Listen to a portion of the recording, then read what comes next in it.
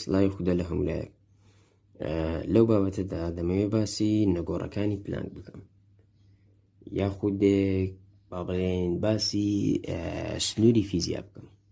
فیزیا لە کوێن دەردا کۆتایی پێدێ جگە لە نەگۆڕی ئێچ کە ئەویش بریتە لە نەگۆڕی پلانک. کۆمەڵێک نەگۆڕیتری هەیە کە ئەو نەگۆڕانە تایبەتن بە کات و شوێن و بارستایی و وزە و پلەی گەرمی و ئەوانە، یعنی هەرێک لەوانە بڕێکی دیاریکراون کە لە فیزیادا ڕێی تێناچێ لەو بڕە گەورەتر یان لەو بڕە بچووکتر هەبێ. بۆ نمونە کاتی پلانک تایم کە ڕەکەی نەگۆڕە دەکاتە چی؟ یەک جاران دەتوانە سالب 44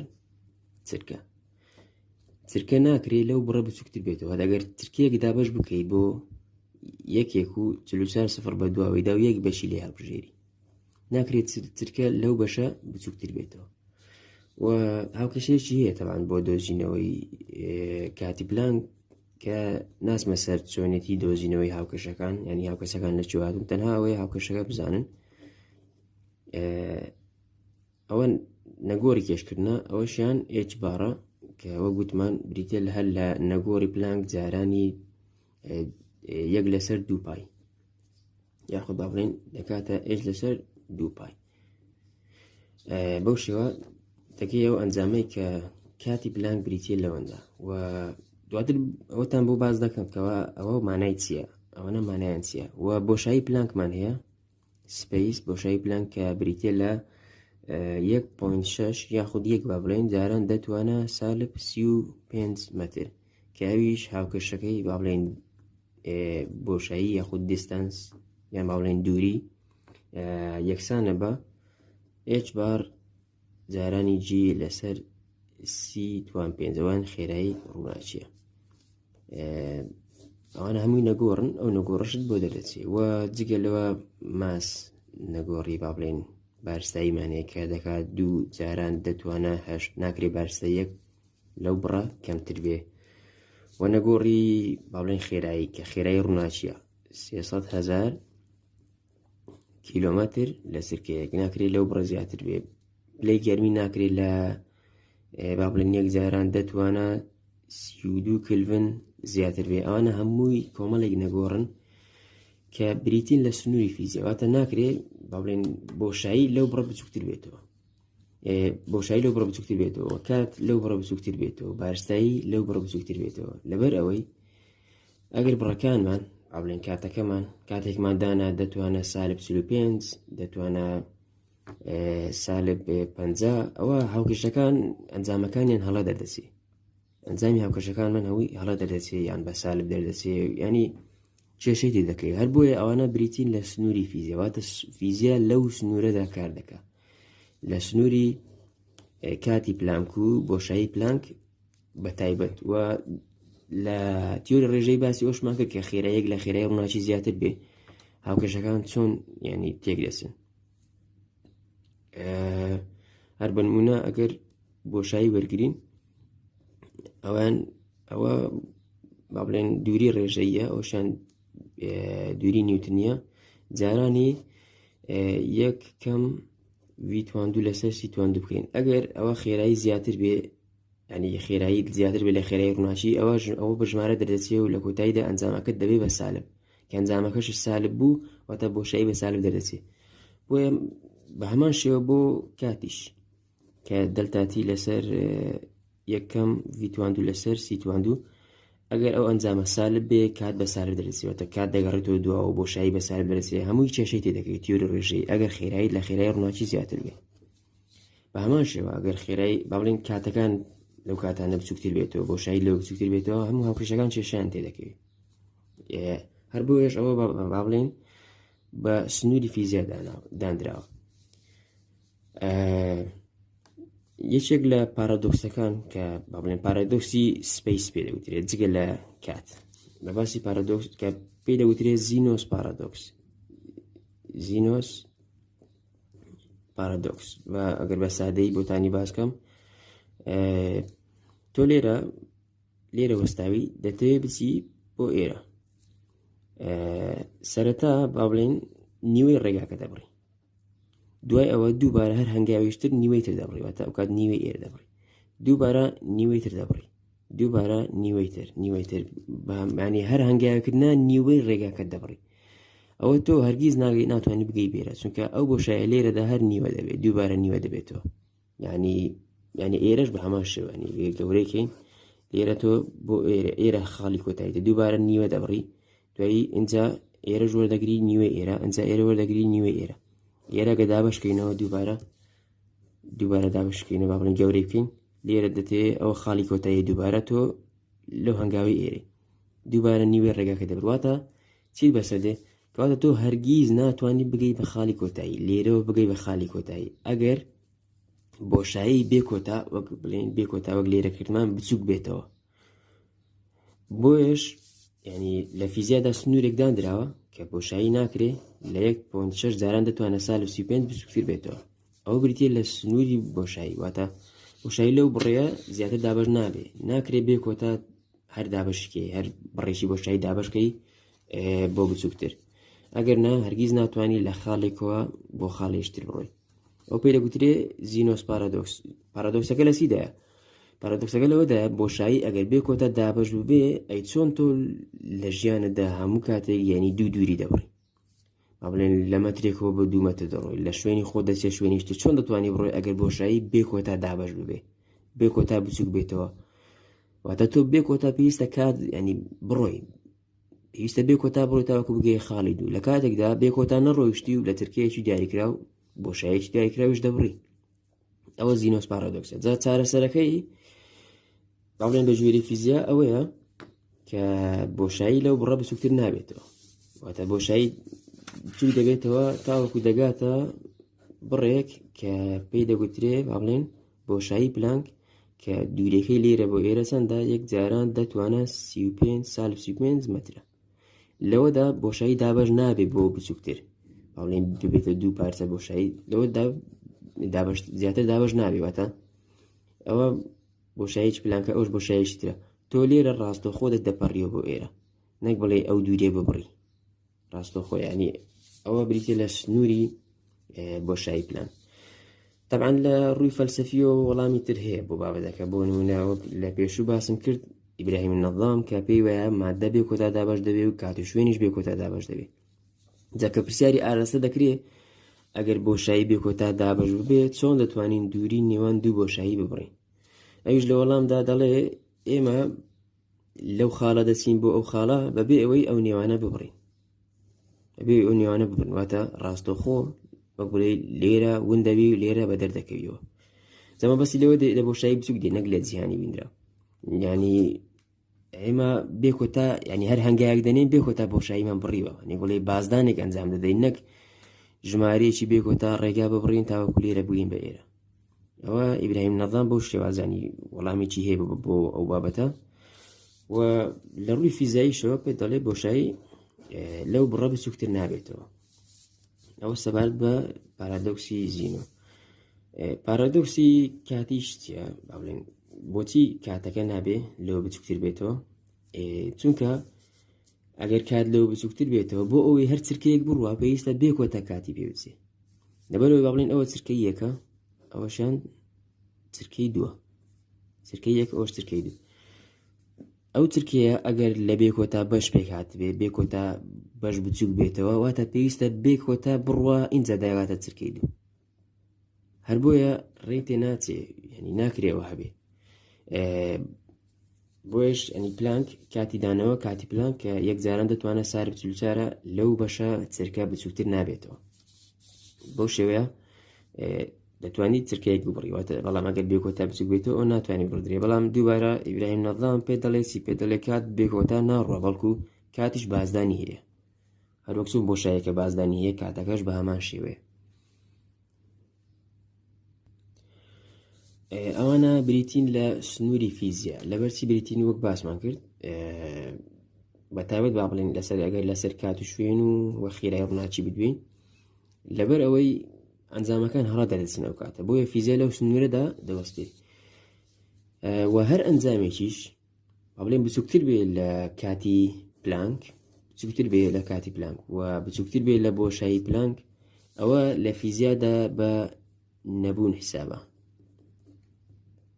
nothing پێدەگوترێ نەبوونی فیزیایی، چونکە نەبوونیش زۆری هەیە، ئەنی هیچیش با بڵێن زۆری هەیە. هیچی فیزیایی ئەوەیە کە بچیتە خوار نەگۆڕەکانی پلانک، لەو با بڵێن ڕاددە بچووکانەی پلانک، لەو نەگۆڕانەی کە پلانک دەیناوە بچووکتر بڕۆی، ئەوە دەبێتە هیچی فیزیایی، واتە لە ڕووی فیزیاییەوە ئەو شتە وجودی نییە. ئەگەر تەنێک تەمەنی مانەوەی با بڵێن 1 جاران دەتوانە -45 یاخود -50 بێ، ئەو تەنە لە ڕووی فیزیاییەوە بارە نەبوو حسابە، واتە هیچ شتێک نییە، ئەو تەنە هیچ نییە. و ئەگەر تەنێشمان هەبێ قەبارەکەی لەو بەشە بچووکتر بێ، یعنی 1 جاران دەتوانە 36 یاخود دەتوانە -40 بێ قەبارەکەی، لە ڕووی فیزیاییەوە ئەو تەنە بە نەبوو حسابە، واتە ئەو شتە بوونی نیە لە ڕووی فیزیاییەوە. ئەوە بریتێ لە هیچی فیزیایی کە پێ دەڵێ هەشتێک لە خوار نەگۆڕەکانی پلانک بێ، ئەوە بە هیچ حسابە. هیچی فەلسەفیشمان هەیە کە بریتێ لە هیچی مطلق، واتە لە ڕووی فەلسەفیەوە ئەوانە دەکرێت شت بن، ئەوە شتێکە و ئەوە شتێکی ترە، بەڵام لە ڕووی فیزیاییەوە ڕێتی ناچێت، چونکە ئەنجامەکان هەڵە دەدەچن، کەواتە هیچی فەلسەفی و هیچی فیزیایی دووشتی جیاوازن. ئەوە بریتە لە سنوورەکانی فیزیا، لێرەدا فیزیا دەوەستێ و دوورتر ناڕوە. و بە هەمان شێوە گردوونیش لە چیەوە دەست پێ دەکا؟ لە پلانک ئێراوە. پلانک ئێرا واتە لە چاخی پلانک و دەست پێ دەکات. چاخی پلانک چیە؟ ئەو کاتێک کە تەمەنی گردوون یەک با بڵێن جارانی دەتوانە -44 چرکە بووە، و با بڵێن قەبارەی گردوون 1 جارانی 1.6 جارانی دەتوانە -35 مەتر بووە. گردوونیش لێرەوە دەست پێ دەکات، واتە ئەوە سنووری دەستپێکی گردوونە. ئەگەر بچینە خوارتر، واتە لەوە بچووکتر بینەوە، ئەو بە نەبوو حسابە، هەر بۆیش دەگوترێ گردوون لە هیچەوە هاتووە، چونکە ناتوانین لە دەرەوەی ئەو نەگۆڕانەی پلانکدا مامەڵە بکەین، بۆیش دەگوترێ گردوون لە هیچەوە هاتووە. لەوانەیە هیچێکی ڕەها بێ، یان لەوانەیە هیچێکی فیزیایی بێ، ئەویان نازانین، بەڵام ئەوەندە دەتوانین بزانین، یعنی دەتوانین لێرەدا هاوکەشەکانی سەرهەڵدانی گردوون و بیگ بانگ و بابەتانە مامەڵە لەگەڵ بکەین. ئەو کاتەی با بڵێن کە قەبارە و کاتی گردوون بریتی بووە لە سنووری نەگۆڕەکانی پلانک کە پێی دەگوترێ پلانک ئێرا. ئەوان پلەی گەرمی ئەو کاتەش سەرەتای گردوون ئەو کاتەدا بریتی بۆ لە 1 جاران دەتوانە 32 کلڤن و بڕی وزەی گردوون بە هەمان شێوە دەتوانە 19 ئەلکترۆڤۆلتە، گێگا ئەلکترۆڤۆلتە، شتێکی لەو شێوازەیە. ئەوە بریتە لە پلانک ئێرا، واتە ئەو سنووری فیزیا هەر بریتە لە سنووری خودی گردوونیش، بریتە لە سنووری هاوکەشەکانی فیزیا. هەر بۆیە هەشتێک لەو نەگۆڕانەی کە دانراوە بچووکتر بێ، پێی دەگوترێ هیچی فیزیایی لە ڕووی فیزیاییەوە بە هیچ حساب دەکرێت. جیاوازی با بڵێن هیچی فیزیایی و هیچی فەلسەفی لێرەدا. هیچی فیزیایی سنوورەکانی پلانکە، خوار نەگۆڕەکان و سنووری پلانک بە هیچ دادەندرێ. هیچی فەلسەفی ئەوەیە بڕەکە هەمووی بریتی بێ لە 0، واتە ئێستاوە ژمارەیە. ئەگەر کاتەکەمان بریتی بێ لە 1 جاران دەتوانە -999 چرکە، واتە 1 لەسەر ئەو بەشەی چرکەیەک، ئەوە هەر بە لە ڕووی فیزیاییەوە بەشت دادەندرێ. کەی دەبێ بە هیچ؟ ئەگەر ئەو کاتەی بریتی بێ لە 0 تەواوەتی، کاتەکە بریتی بێ لە 0 تەواوەتی، ئەو کاتە لە ڕووی فەلسەفیەوە پێ دەگوترێ هیچ. ئەگەر ئەوە دابشکەی، ئەو کەی دەبێ بە هیچ؟ دەبێ بێ کۆتا بریتی بێ لە 9، بێ کۆتا بریتی بێ لە 9 توانەکەی، ئینجا دەکا یەکسان دەبێ بە 0. ئەوە هیچی ڕەهای پێ دەگوترێ، یاخود هیچی فەلسەفی پێ دەگوترێ. هیچی فەلسەفی ئەوە بۆ کات بۆ شایش بە هەمان شێوەیە. جا لە مێژوودا با بڵێن تەبان دیگە لەوەی کە نازاندرێ هیچ چیە و چۆنە و ناتوانین مامەڵی لەگەڵدا بکەین، هەر بە نمونە ئەنی ئەگەر ئێستا من بە تۆ بڵێم هیچ هەیە یاخود نییە، ئەگەر تۆ بڵێ هیچ هەیە، ئەوە هەر پێناسەی هیچ بریتێ لە نەبوون، کەواتە چۆن هەیە. ئەگەر بڵێ هیچ نییە، ئەو کاتە واتە تۆ وەسفی شتێکت کردووە و دەژڵێ ئەو شتە نییە، واتە تووشی دژبێشی دەبیەوە لە ڕووی زمانەوانیەوە، لە ڕووی زمانەوانیەوە هەر ینی ناتوانانی بە تەواوەتی وەسفی بکەی و لە ڕووی عەقلیشەوە ناتوانانی لەوە تێبگەی ئەگەر هیچ چۆنە، ئەگەر ینی هیچ شتێک نەبێ دۆخەکەت چۆنە، ناتوانانی مامەڵەشی لەگەڵدا بکەیت. بەجا بۆیە هیچ ینی لە خۆیدا کێشەی زۆرە، هەر وا بە سادەیی نییە مامەڵەی لەگەڵدا بکەیت. ینی ئەگەر سەیری متەکەلیمەکان بکەین، ینی معتەزیلە وەک محەممەد باسطایی باسییان لێ دەکات، دەڵێ ئەوان پێیان وا بە هیچ شتە، هیچ بریتێ لە شتێک ئەوی شتانی بە جۆرەی تێگەشتنی ئەو بێ، دەڵێ ئەو هیچەی معتەزیلە باسی دەکات زۆر نزیکە لەو هیچە فیزیاییە. واتە هیچی فیزیایی ئەوەیە خواردنە گۆڕەکانی پلانک پێ دەگوترێ هیچ، جا چییە و چۆنە ئەویان نازانرێ. معتەزیلەش بە هەمان شێوە دەڵێن هیچ شتە بەڵام نازانین چۆنە. جاکە دەڵێن خوددا گردردونی لە هیچەوە دروست کردووەتە هیچ وەک بڵێ دۆخێکە خوددا شتەکانی لێ هێناوەتە بوون، بەو شێوازە لە هیچ دەڕوانن ئەوانیش. بەڵام لە بەرامبەردا بڵێن متەکەلیمەکانی تر بە تایبەت بڵێن ئەشعەریەکان دژی ئەوە بوون، یعنی کە هیچ دۆخێک بێ و شتێک بێ، بەڵکو هیچ واتە نەبوونی ڕەها و نەبوونی تەواوەتی. جا ئەو مناقەشانە زیاتر بۆ ئەو بوو، ینی خوددا چۆن لە هیچەوە بوونی دروست کردو بوونی هێنایە بوون، ئەوان داود هیچ شتە و خوددا ئەو هیچ ئەو شتەی کردووە بە گردون و بوون و ئەو بابەتانە، ینی شتێکی لەو شێوازە واتە هیچیش لای ئەوان بە شت حیساب بوو. بەڵام ئەوان تر دەیانگوت هیچ شتێک نییە و هیچ بوونێک نییە و واتای هیچ دۆخێک نادا و هەر لە هیچێکی ڕەهاوە لە نەبوونێکی مطلقەوە خوددا گردونی هێناوەتە بوون. و ئەوە تا دوای ینی ئەو مناقەشە لە نێو ئەو بوارانەدا هەبووە. بەڵام بەگشتی معتەزیلە بەو شێوازە بیریان دەکردەوە، ینی وەک محەممەد بەجێرەی محەممەد باسطایی بێت دەڵێ ئەو هیچێکی معتەزیلە باسی دەکەن نزیکە لەو هیچە فیزیاییە. ئەوە بریتی بوو لە سنوورەکانی فیزیا بە کورتی کە باسم لێوە کرد. لە بابەتی پێشوودا باسی ئەوم کرد کە ئەو دژبەیەکیانەی لە نێوان با بڵێن لۆژیک و کوانتەمدا دروست دەبێ، هەروەک باسم کرد دژبەیەکی ناسنامەییە و دژبەیەکی هەموو گەورەترە لە بەش، و سێمیش دژبەیەکی ئەوەی کە دوشتی دژبەیەک لە یەک کاتدا کۆنابنەوە، ینی پشیلەکەی شرۆدینگەر کە باسم کرد کە دەڵێ پشیلەکە مردووە بوزندوێ لە هەمان کاتدا، و دژبەیەکی نێوان کوانتەم و لۆژیک لە بابەتی بەڵێ و نەخێر لە هەمان کاتدا، و هۆکارێتی ئەو بابەتانەش. ریکریشن تیۆریمان هەیە، ریکریشن تیۆری کە ئەویان ینی محەممەد باسطایی بە گوێری قسەی خۆی بێ، ینی ئەو تیۆرەی داناوە و پەرەی بەو تیۆرە داوە، نازانم پێشتر هەبووە بیرۆکەکە یاخودنە، بەڵام ئەو هەر فکرەکەی لە متەکەلیمەکان وەرگرتووە. متەکەلیمەکان وەگوتم ئیبراهیم نەظام و ئەشعەریەکانیش بە تایبەت هەمویان ئەوە دەڵێن کە خوددا لە هەر چرکە ساتێک گردون دروست دەکا، واتە هیچ چرکە ساتێک نییە کەەوە ئەو مادەیە کە لە گردوندا هەیە هەمان ئەو مادەیە بێ کە دوو چرکە لەمە بەرهەبووە، بەڵکو خوددا هەمیشە خەڵقی دەکاتەوە. ئەوە تێگەشتنی ئەوانە بۆ بابەتەکە. جا محەممەد باسطاییش ینی بە جۆری ئەو تیۆرەی داینەوە پشت بەو ڕیکریشن تیۆری دەبەستی، بەو تێڕوانینی با بڵێن ئەشعەری معتەزیلە دەبەستی بۆ چی؟ بۆ چارەسەرکردنی ئەو دژبەیەکیانەی لە کوانتەمدا ڕوودەدا. بۆ نمونە بە جۆری ریکریشن تیۆری بێت سوپەرپۆزیشن بوونی نییە، گوتمان ئەلکترۆن کە وەک شەپۆل وەک تەنۆر کە مامەڵە دەکات لە هەمان کاتدا لێرێ و لێرێ و لێرێ و لێرەشە لە دوو شوێنە، یان کاتێک کە بە نێوان ئەو دوو دەرچێدا دەپەڕێتەوە بە هەردووچیدا تێ دەپەڕێ لە هەمان کاتدا. محەممەد باسطایی پێ دەڵێ بە گوێرە ریکریشن تیۆری بۆ نمونە ئەلکترۆنێک بە گوێری ئەو هاوکێشەی کە ئەو خۆی باسی لێوە دەکات، دەڵێ ئەلکترۆنێک لە هەر چرکەیەکدا ماوەی با بڵێن دەتوانە 21 جار دروست دەبێ و لە نێو دەچێ، واتە لە هەر چرکەیەکدا، واتە لە ماوەی هەر چرکەیەکدا هێندە جێگۆڕشی ڕوودەدا، لێرەدا دروست دەبێ و لە نێو دەچێ، لێرەدا دروست دەبێت و لە نێو دەچێ، ماوەی دەتوانە 21 جار.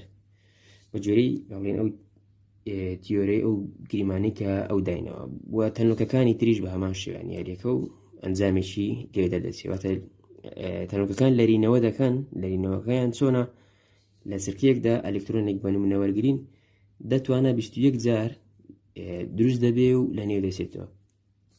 واتە چی؟ واتە ئەوە هەر بریتە لە یەک ئەلکترۆن، بەڵام لەبەرەوەی بە خێراییکی زۆر لێرە و لێرەدایە هەر بۆیش وەک ئەوە دەردەکەوێت لە یەک کاتدا لە دوو شوێن بێ، بەڵام بە خێراییکی زۆر جێگۆڕچێ دەکات. ئەوە سەبارەت بەو بابەتە. و بابەتی دووەمیش کە با بڵێن کە هەموو پێویستە هەموو گەورەتر بێ لە باش بە گوێرەی لۆژیک، بنەما عەقلەکانی لۆژیک،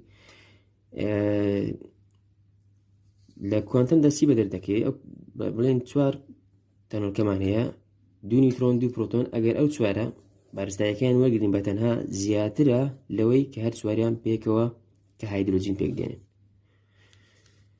ئەوەشان وەک گوتمان ینی هاوکەشەکەی ئەنیشتین وەڵامی دەداتەوە، خۆی دەڵێ کە یەک دەگرن، هەر 4یان یەک دەگرن، بەشێکی لە مادەکە دەگۆڕێ بۆچی بۆ وزە، چونکە بە گوێرەی ئەوە بێ وزە و مادە یەکسانن کە بوو بە وزە بارستایەکەی کەم دەکات. بەڵام ئەوەش تا ئێستا زۆر لی دڵنیانی لە بابەتەدا، بەڵام دەتوانێت وەڵام بدرێتەوە.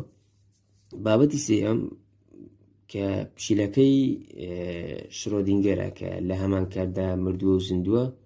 محەممەد باسڵتایی ینی ئەوەندەی وا لی تێگەشتن بە جوێرەی ڕیکریشن تیۆری بێ، ئەو تیۆری کە ینی ئەو پێشنیاری دەکات، ینی با بڵێن لە کاتێکی زۆر زۆر کەمدا لە چرکەیەکدا با بڵێن پشیلەکە ئەوەندە جارە دروست دەبێ و لە نێو دەچی، تاوەکو کەسێک سەیری دەکات ئینجا ئێشێک لە حاڵەتەکان بە دەردەکەوێت.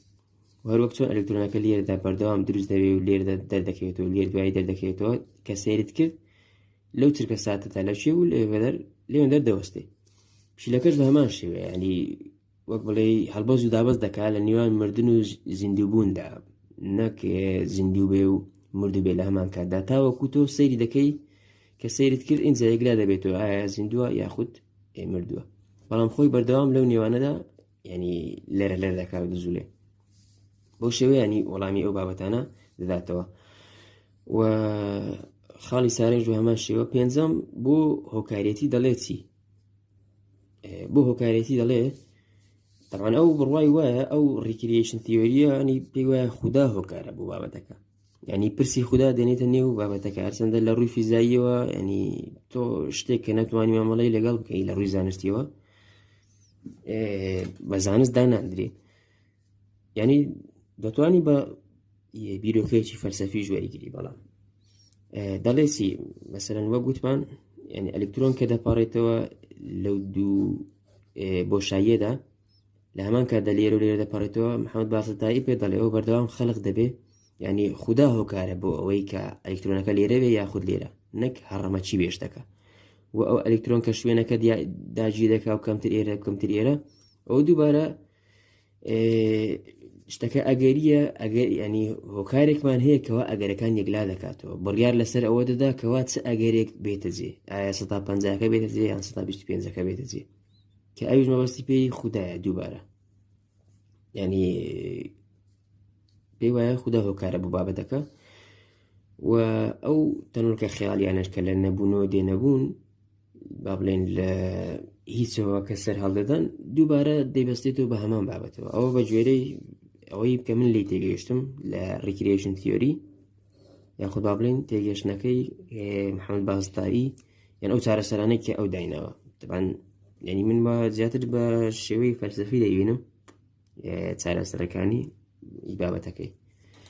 بەڵام مەبەستم لەوەیە ینی ڕاستە کوانتەم دەتوانی بەڵگە بینیەوە بۆ ئەوەی کە لە دژی بنەما عەقلەکان دەوەستێتەوە، بەڵام لە هەمان کاتدا دەتوانین چارەسەریشی بۆ بدۆزیەوە. بۆ منە ڕیکریشن تیۆری هەر بۆ خودی خۆر هەمووی چارەسەر دەکات، جگە لەوەی کە با بڵێن خاڵی دووە هەمووی چارەسەر دەکات. و بابەتی تریشمان هەیە کە وەک لە بابەتی پێشوودا باسمان کرد، بۆ نمونە فرەگەردوونی، ئەوش بە هەمان شێوە بابەتەکە چارەسەر دەکات بەوەی کە پێت دەڵێ هەر ئەگەرێک بۆ خودی خۆی دەبێتە گەردوونێک، مانی وۆرد ئینتەرپرێتیشن، ئەویان بەو شێوەیە چارەسەری دەکات. طبعاً خودی محەممەد باسڵتایی ئەو قسەیەش دەکات، دەڵێ من دەڵێم هۆکارێک هەیە لە دواوەیدا، یعنی ئەو لەرینەوەی ئەنجام دەدا و ئەلکترۆن بەردەوام با بڵێن خەلق دەبێتەوە و نامێنێ لە لەو بڕە کاتەکەمەدا لە چرکەیەکدا دەتوانە 21 جار، یعنی لە چرکەیەکدا بەقەت چرکەکانی تەمەنی گردوون، ینی بەقەت ئەو ژمارەیە ئەو ئەلکترۆنە دروست دەبێ و لە نێو دەچێتەوە بە جێرەی ئەو هاوکێشەیەکی هەیەی. ئەو ناڵێ ینی ڕاستەخۆ بڵێ خودا لە دواویدا دەڵێ هۆکارێک هەیە، ئەیجنسیەک بوونی هەیە، ئەیجنسی واتە با بڵێن هۆکارێک یان بەکارخەرێک شتێکی لەو شێوازە دەڵێ بوونی هەیە لە دواویدا. جا ینی دەڵێک ئەو کاتێک بە شێوەیەکی فیزیایی قسە بکەم وا دەڵێم، ینی دەڵێم هۆکارێک هەیە، بەڵام خودی خۆ ینی بڕوای وایە خودا لە دواوی بابەتەکاندا. طبعا دەژڵێ ئەو پێشبینیە من کردومە لەوانەیە بتواندرێ بسەلمێنرێ بە تاقیکردنەوە. بۆ نمە ئێمە ئێستا ئامێرمان هەیە، کامێرای فیمتۆمان هەیە، فیمتۆ یاخود فیمتۆ چێمستری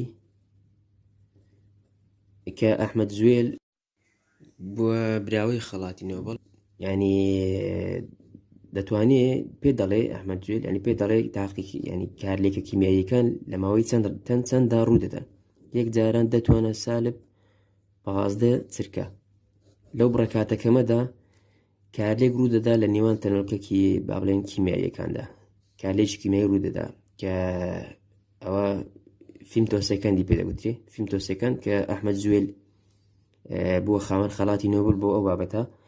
و ئێستا کامێرا هەیە کە توانای هەیە ڕیکۆردی ئەوە بکە دەتوانە سالب 16 چرکە، واتە توانای هەیە ئەو بڕە کاتەکەمە ڕیکۆرد بکە. ئەگەر کامێرایەکمان هەبێ کە بتوانێ لێک چرکەدا یەک جاران دەتوانە 21 ڕیکۆرد بکە، واتە خێرایەکەی ئەوەندە زۆر بێ ئەوە دەتوانێت ئەو کات وەک محەممەد باسەتایی دەڵێ، یعنی ئەو کات دڵنیا دەبینەوە بۆمان دەردەکەوێت کە ئایا ئەلکترۆن ئەوەندە جارە دروست دەبێ و لە نێو دەچێتەوە یاخود نا. ئەگەر ئامێرەکانمان گەیشتنە ئەوەی کە بتوانن ئەو بڕە کاتە ڕیکۆرد بکەن، واتە لە چرکەیەکدا دەتوانە 21 وێنە بگرێ، یاخود هەر وێنەیەک بگرێ لە دەتوانە سالب 21 چرکەدا. طبعا جیاوازی نێوان ئەو دوو ژمارە ئەو دوو ژمارەش زۆر زۆرە، ئەوە دەتوانە سالب 15ە، ئەوەیان دەتوانە سالب 16ە، واتە ئەوە 10 هێندەی وێ گەورەترە، و دەتوانە سالب 21 واتە بە نزیکەی دەکاتە ئەوە ملیۆنێک جار لەوە گەورەترە لەو ژمارەیە، واتە جیاوازێکی زۆر زۆریان هەیە. و ئامێرەکانمان تا ئێستا نەگەیشتەوە ئاستەی بتوانێت لە ماوەی چرکەیەکدا دەتوانە 21 وێنە بگرێ، یان هەر وێنەیەک لە دەتوانە سالب 21 چرکەدا بگرێ. تەمانەوەش ینی هەوڵێکە بۆ چارەسەرکردنی ئەو کێشانەی کە لە کوانتەمدا هەیە. ینی کێشەی کوانتەم ئەوەیە، ینی تۆ ناتوانانی شوێنی ئەلکترۆن دیاری بکەی و کە گواستنەوەی ئەلکترۆن لە خاڵی ئێوە بۆ خاڵی بی ناتوانی بزانی. ئالۆزەکەی لەوەدایە، نەک لەوەدا بێت کە کەس نازانێت کوانتەم چییە. ینی زۆر جار ئەو هەڵەتێکیش نەهەیە، ینی پێیان وایە زانایەک نازانی کوانتەم چییە، یان دەڵێ هەرچی بڵێ لێی تێگەیشتم لێی تێنەگەیشتووە. هەموو بابەتەکە ئەو کێشانەیە کە دروست دەبێ، ئەو کێشانەی لە بەرامبەر لۆژیک و ینی کێشەی تەفسیریە، تەفسیر ناتوانن تەفسیری بکەن، نەک نەتوانن مامەڵەی لەگەڵدا بکەن، هاوکێشەی بۆ نتوان هاوکێشەی لەوەدا بنێن و پێشبینی بکەن و لە ژیانی واقعیدا جێبەجێ بکەن. بەڵکو کێشەی کوانتەم تەفسیرە، ناتوانێت تەفسیر بکری، بۆیش دەبینی وا تەفسیرەکان بەلای فەلسەفە و میتافیزیکدا دەڕوە لێرەدا، ریکریشن تیۆری و مانیوەل ئینتەرپریتیشنمان هەیە کە دەڵێ فرەگردنی لێتەکەیەوە، ئەویش تەفسیرێکی ینی میتافیزیکیە، چونکە تۆ ناتوانی بزانی لە کام گردونەیە، ئایا بەڕاستی تۆ دابەژووی بەسەر دوو گردوندا یاخود نا، هەرگیز ناتوانانی ئەو شتە بزانی. هەرچەندە کۆمەڵێک زاناشن کە بڕوایان بۆ بابەتە هەیە. ئەوەشان وەک باسمان کرد ئەوە بریتی بوو لە سنوورەکانی فیزیە کە هەر شتێک لەوە بچووکتر بێ پێی دەگوترێ هیچی فیزیایی. پێم باش بوو ئەو ریکریشن تیۆریەش ڕوون بکەمەوە، چونکە کاتی پێشوو لە باوەتی پێشوودا زۆر نەگونجا بوو. لێرەش کۆتایی بۆ بابەتە دێنین، داوای لێبوردنم هەیە بۆ هەر هەڵە و کەم و کورتیەک تاوەکو بابەتێشتر.